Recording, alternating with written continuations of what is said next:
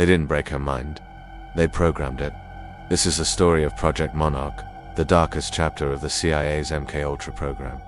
A real and terrifying quest to create the perfect, controllable human. It all started in the 1950s. The goal wasn't just influence.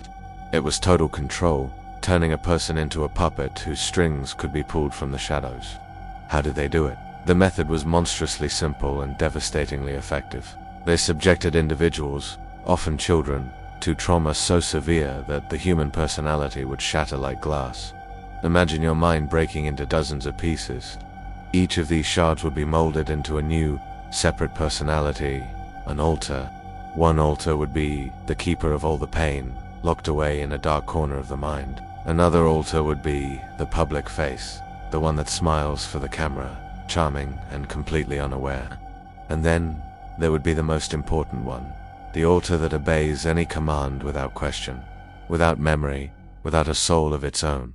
Declassified documents reveal the horrific tools they used. Electroshock therapy administered until memory was a blank slate. Weeks spent floating in sensory deprivation tanks, losing all sense of self. A cocktail of powerful hallucinogens like LSD, combined with relentless hypnosis loops, whispering commands directly into the subconscious. They even projected films of death and violence onto eyelids that were forced open, programming the mind with horror. The control mechanism was a trigger. It could be a simple word, a specific song, a color, or even a nursery rhyme.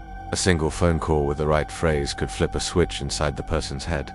In an instant, a loving mother could become a cold, unfeeling operative, her body still the same, but the person inside completely different. Survivors, brave souls who have pieced together fragments of their shattered lives, tell chillingly similar stories.